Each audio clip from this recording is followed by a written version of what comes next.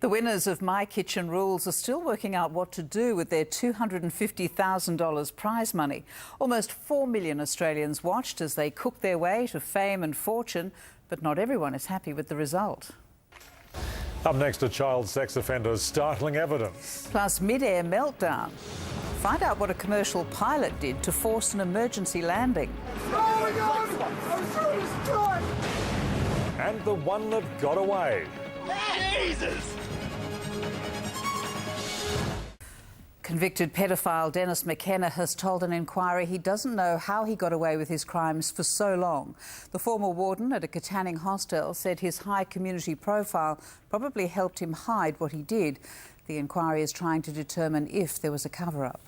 If he was ever confronted about sexually abusing boys, McKenna says he would have admitted to his crimes. But that never happened. McKenna says no one ever confronted him.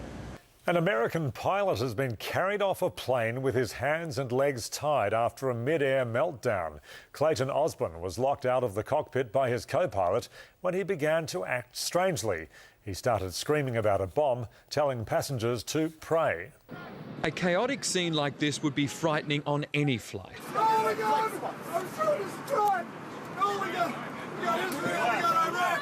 But when it's passengers holding down the plane's captain at 10,000 metres, it's terrifying, especially when he was ranting about a bomb. Out of his mind and screaming and saying to the passengers, say your prayers, say your prayers. JetBlue Flight 191 was flying from New York to Las Vegas when the co-pilot became concerned after the captain began flipping buttons randomly. He tricked him into leaving the controls and then locked him out of the cockpit. It appeared he was trying to open the side door, so I wasn't going to let that happen. Passengers jumped on the captain and held him down, tying him up with their belts while the plane was diverted to Texas. Once on the ground, the captain, Clayton Osborne, was carried from the plane strapped to a stretcher. It's raised serious questions about what safety checks are done on the mental stability of people flying planes in this country. It comes 3 weeks after a flight attendant also had to be restrained by passengers. In the United States, Mike Amor, 7 News. A few mates out on a fishing trip thought they'd struck it lucky when they hooked a huge barramundi. Oh! But the catch of the day went to something much bigger. Oh! Look at that! Jesus! Experts believe it was a saltwater crocodile because of its size. Basil's here with sport now, and Mick Malthouse joins you tonight, Baz. Yes, Ricky's back on 7 News tonight. I'll speak to Mick about John Horsfeld and the Dockers' battle with Geelong, plus Nikoski's setback. Why Mark Nikoski could be out for the season. And the Aussies beat the Windies in the first 2020 match. We wish you all the best. It's not too late to sign up for WA's richest footy tipping competition. Go to thewest.com.au to register. And tomorrow in pre-game, all the experts' tips, including Rick's. Here he is with Sue. Good night. Yes, thank you, Baz. More sunshine on the way. Natalia has all the weather details next. Plus, where to find Perth's cheapest fuel. Stay with us.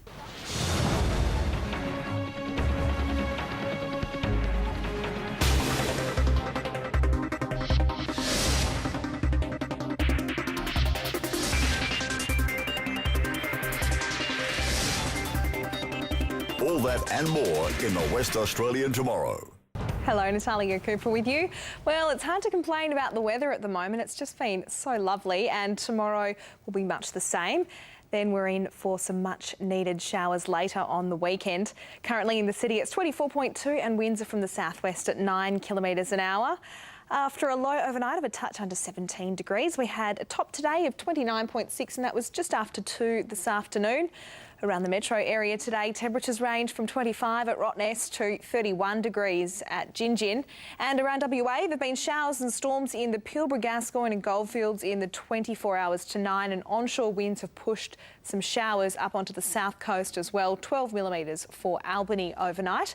Tomorrow, the risk of a thunderstorm in Albany and Esperance. There's the chance of a late shower in Bunbury and some cloud about in Kalgoorlie.